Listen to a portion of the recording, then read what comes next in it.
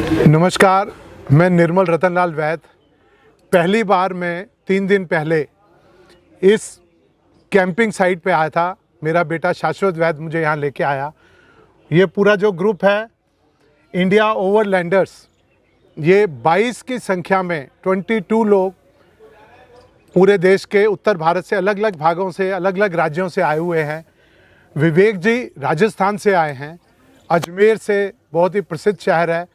विवेक जी एक film maker हैं, documentary film maker हैं और इनका यूट्यूब चैनल भी है कारवां भारत।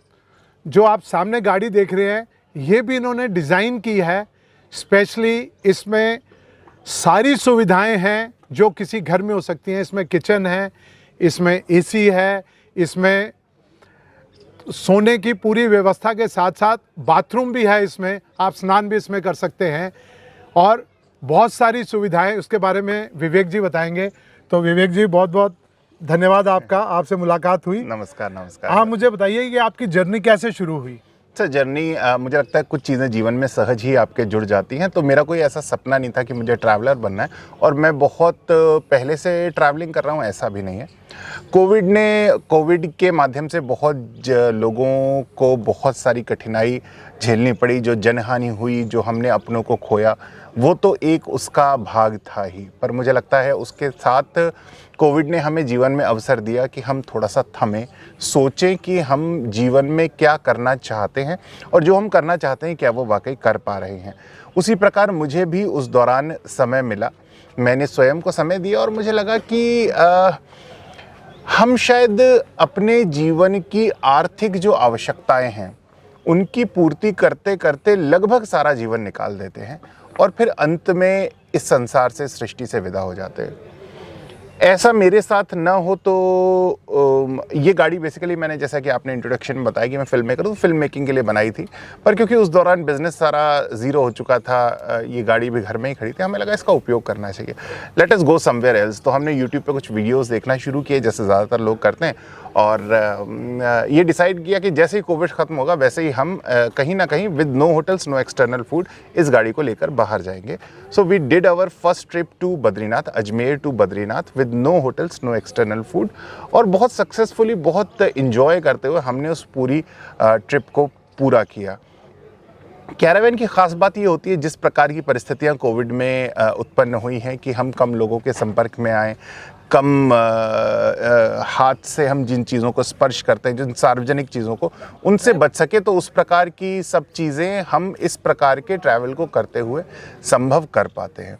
तो वी स्टार्टेड और सडनली फिर धीरे धीरे उसमें इंटरेस्ट वो होता है ना कि आपको कोई मिठाई अच्छी लगती है तो आप खाते जाते हैं और फिर और आनंद लेते जाते हैं उसका। तो हमें भी इसमें आनंद आने लगा और हम इसको कैरी करते चले गए। क्या बात है। मतलब कोविड का देखिए सकारात्मक पक्ष कितने अच्छे से इन्होंने आपके सामने रखा। और एक बहुत महत्वपूर्ण बात आपने हमें बताई कि जीवन में हम किस लिए आए हुए हैं। ये लगभग मेरे हिसाब से 99% दुनिया के लोगों को नहीं मालूम, मनुष्यों को, मनुष्य किस लिए धरती पर आया है। हम सब आते ही हम सिर्फ अरेंजमेंट करने में लग जाते हैं, सिर्फ कमाई करने में लग जाते हैं और अंत में बीमार होते हैं, अपनी बीमारी पे सारा खर्चा करते हैं और उसके बाद जयराम जी की। तो ये जीवन में कुछ ऐसा करके जाएं, प्रकृति के लिए करके जाएं, अपने समाज के लिए कुछ ऐसा करके जाएं। तो इस तरह के लोगों ने कुछ ऐसा मुहिम शुरू किया पूरे देश में कि हम कैसे अपने पर्यावरण को बचाएं। इसके थ्रू कुछ आप कोई मुहिम भी आप चला रहे हैं इसके साथ? सर क्या है, क्योंकि हम लोग होटल्स में नहीं रुकते हैं तो कहाँ रुकेंगे भाई। हम रुकेंगे उन लोगों के बीच में जहाँ पर हम जा रहे हैं। भारत की ये विशेषता है, हम केवल अतिथि देवो भव कहते नहीं हैं, ये हमारे मन का एक भाव है और इसको आप तब महसूस कर पाते हैं जब आप किसी के घर जाते हैं और किसी ऐसे के घर जाते हैं जिनको आप जानते नहीं हैं। इतने अच्छे प्रकार से वो आपको आदरपूर्वक, सम्मानपूर्वक अपने घर में स्थान देते हैं, आपको भोजन उपलब्ध करवाते हैं, मतलब भोजन करने का आग्रह करते हैं। और ये मुझे लगता है this kind of travel is only possible in India. जब हम कैरावन ट्रैवल की बात करते हैं तो हमें लगता है यार आरवी पार्क्स नहीं होंगे, कैंपिंग ग्राउंड्स नहीं होंगे तो कैसे होगा। पर भारत में अगर आरवी पार्क्स, कैंपिंग ग्राउंड्स नहीं है तो बहुत सारे हमारे देशवासी ऐसे हैं जिनके घर हम सबके लिए खुले हैं। जब हम जाते हैं हम उनसे आग्रह करते हैं, और हम ज़्यादातर ग्रामीण क्षेत्रों में जाते हैं, तो उनको बताते हैं कि साहब हम ऐसे ऐसे यूं करके ट्रैवल करते हैं, हम चाहते हैं कि मतलब क्या हम अपनी गाड़ी आपके घर के आगे या घर के आसपास या ऐसी किसी स्थान पर खड़ी कर सकते हैं। तो वो बहुत ही अच्छे मन से हमें आमंत्रित भी करते हैं। और कई बार ऐसे होता है कि हम जब 2-3 दिन किसी स्थान पर रुकते हैं तो एक ही समय का भोजन अपने आप बनाते हैं, बाकी समय का भोजन किसी न किसी परिवार में हम करते हैं। तो ये भारत की विशेषता है, गुणवत्ता है। ऐसे भी स्थानों पे हमारा अनेकों बार जाना होता है जो आदिवासी क्षेत्र हैं, हमारे देश के जो ऐसे बंधु हैं, ऐसा समाज का एक वर्ग है जो अभी भी पेट के लिए अपना जीवन यापन कर रहा है, पेट से ऊपर नहीं उठ पाता। हम सब तो शायद ईश्वर ने हमें इतना सामर्थ्यवान बनाया, इस प्रकार के परिवार में जन्म दिया कि हम अपनी ज़रूरतों के ऊपर आवश्यकताओं की पूर्ति के लिए लगते हैं, पर वो अपनी ज़रूरतों को ही, अभी पेट की आवश्यकता को पूरा कर रहे हैं। उनके जीवन में हम कोई अपना योगदान दे सकते हैं क्या? तो जैसे आदिवासी क्षेत्र में हम कहीं गए तो उनकी महिलाओं से मिलके हमें लगता है कि अभी भी सैनिटेशन को लेके, बाकी सब चीज़ों को लेके उतनी जागृति नहीं है वहाँ पर। तो हमारी जो, मेरी श्रीमती जी हैं, हमारे साथ जो अन्य बहनें होती हैं हमारी इस ग्रुप की, वो उनसे इंटरेक्ट करती हैं, उनको समझाती हैं, उनको जानकारी देने की कोशिश करती हैं। सैनिटरी पैड्स कई जगह हम जाके वितरित करते हैं। बच्चों के लिए कुछ ना कुछ सामग्री हमारे पास हमेशा होती है, चाहे वो पेंसिल बॉक्स हों, चाहे वो कलर्स हों, चाहे वो इत्यादि चीज़ों। मैं ये नहीं मानता कि हमने किसी को कलर बॉक्स दिया तो उसके जीवन एकदम से कोई परिवर्तन आ जाएगा, पर मुझे लगता है अच्छी चीज़ों की पुनरावृत्ति से एक अच्छी पॉजिटिव वाइब्स पैदा होती हैं। आपके मन में एक अच्छा विचार आता है, उसके मन में आपके लिए एक अच्छा भाव विकसित होता है, और परस्पर ये भाव आप दोनों को कहीं ना कहीं उन्नति की ओर लेके जाता है। तो मैं ये नहीं बोलता कि हम किसी के जीवन में कोई परिवर्तन लाते हैं तो उसको उन्नत कर रहे हैं, हम स्वयं को उन्नत करने का प्रयास कर रहे हैं। और ईश्वर ने आपको माध्यम बना के भेजा है, आपको अवसर दिया है कि आप अपने देश के, जब मैं बोलता हूँ मेरा घर, तो मेरा घर मतलब मेरे अपने लोग, तो जब मैं बोलता हूँ मेरा देश यानी कि मेरे अपने लोग, वो जो अपनत्व का भाव होता है, उस अपनत्व के भाव से हम जाते हैं, उसी अपनत्व के भाव से वो हमें अपनाते हैं। अपार्ट फ्रॉम कि हम कौन से रिलीजन से हैं, हम कौन से राज्य से आए हैं, किस प्रकार का भोजन करते हैं, किस प्रकार की बोली, किस प्रकार की वेशभूषा, ये भारत का सौंदर्य है। वाह, बहुत अच्छे। आप अभी तक कितने राज्यों में जा चुके हैं?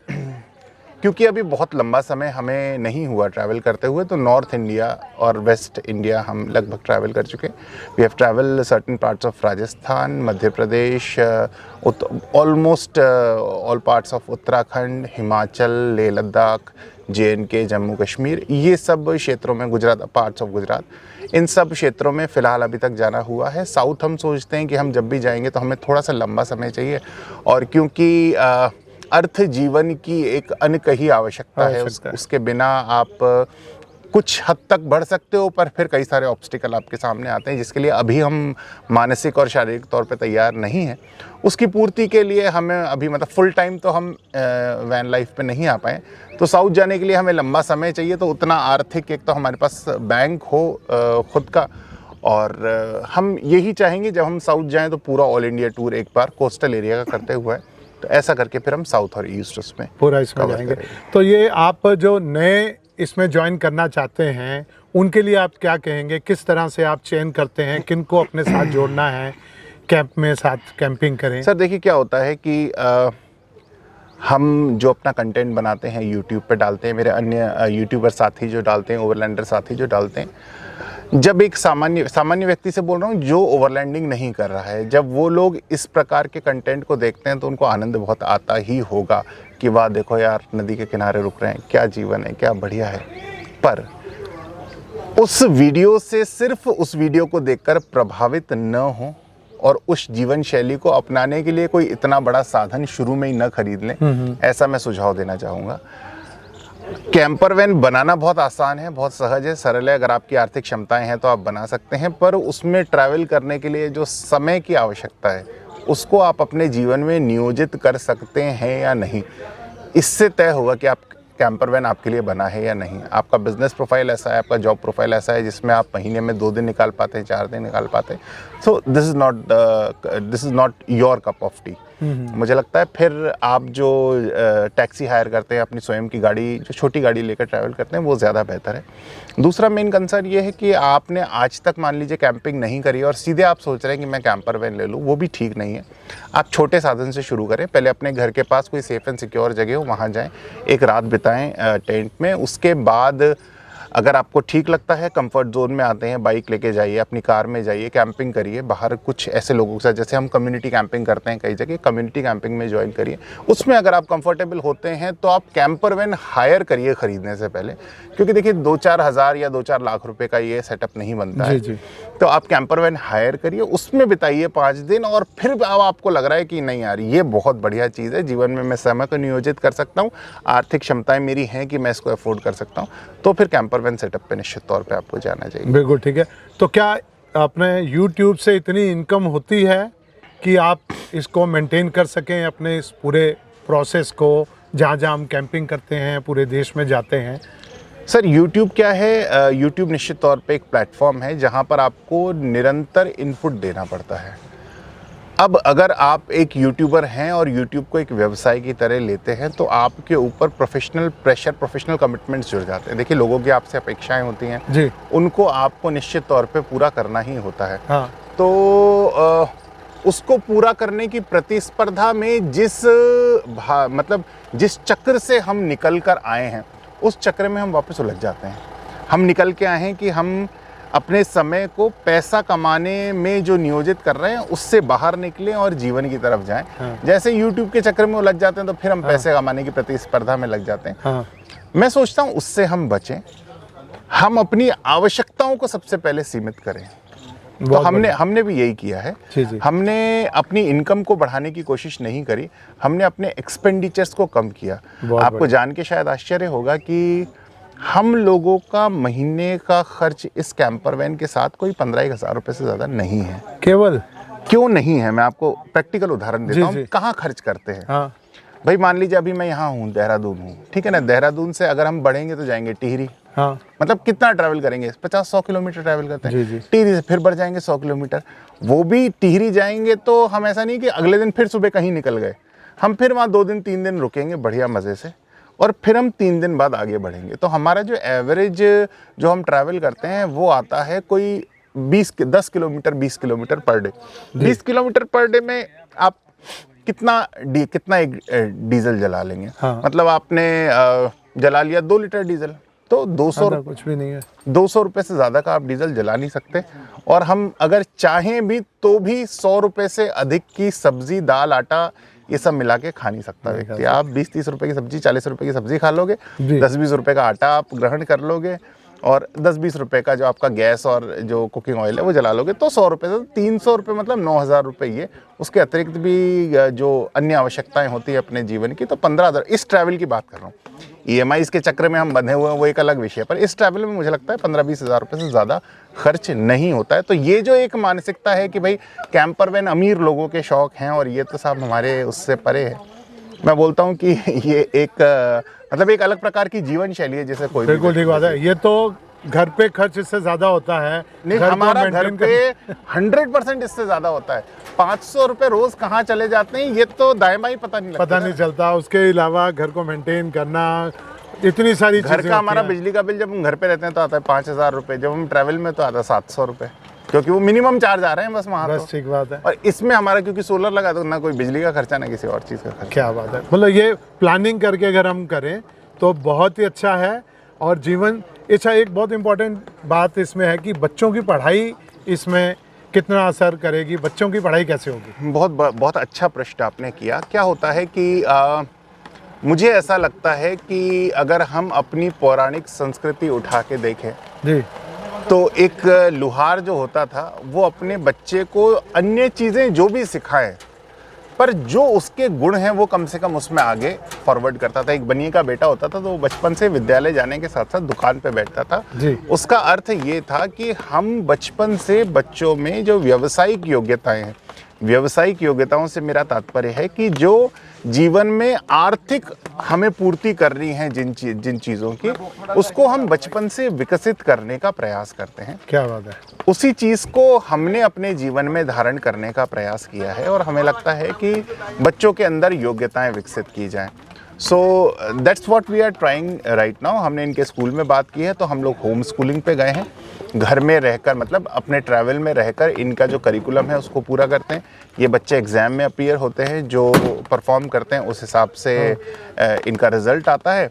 और उसके साथ साथ इतने सारे लोगों से ये मिलते हैं पूरे साल भर में, वो जो इनको ज्ञान प्राप्त हो रहा है वो इनका एक अलग प्रकार का डेवलपमेंट हो रहा है। और अब तो भविष्य में ही खैर पता चलेगा कि इसका परिणाम क्या होगा, पर वी आर सेटिस्फाइड। वो मतलब हमें ये लग रहा है वो अपना बचपन जी रहे हैं, वो अपना बचपन एंजॉय कर रहे हैं। आपके कितने बच्चे हैं? सर एक बेटी है, एक बिटिया है, एक बेटा है, एक बिटिया है। अच्छा। एक 8 वर्ष का है, एक 6 वर्ष की है। अच्छा। तो जो उनका वर्तमान है वो अभी वो पूरा एंजॉय कर रहे हैं, मस्त हैं वो अपने अरे जीवन में, अच्छा आनंद ले रहे हैं। नहीं, मैंने अभी देखा भी आप कुछ डिवाइस केबल और इसकी बात कर रहे थे, आपका बेटा फटाफट जाके लेके आ रहा था, जी, मतलब उसको पूरी जानकारी हो रही है इन सब छोटी छोटी चीज़ों की। इसी से हम सीखते हैं। हमारे व्लॉग्स में कई सारा कैमरा वही करता है। अरे वाह। क्योंकि देखिए दूर, अब जैसे कोई गाड़ी का शॉट लेना है आता हुआ, तो हम तो हमारी फिजिकल वो उतनी नहीं है कि हम भाग के वहाँ चले जाएं, पहाड़ी पे चढ़ना है तो हम चढ़ जाएं, वो गोप्रो लेके जाता है, चढ़ जाता है, शॉट ले लेता है। अरे वाह। फिर हम आगे बढ़ जाते हैं। तो बढ़िया बढ़िया, बहुत अच्छी बात ये है। है सात्विक जी, आइए। हाँ, सात्विक इधर आइए बीच में। तो ये है सात्विक। हाँ।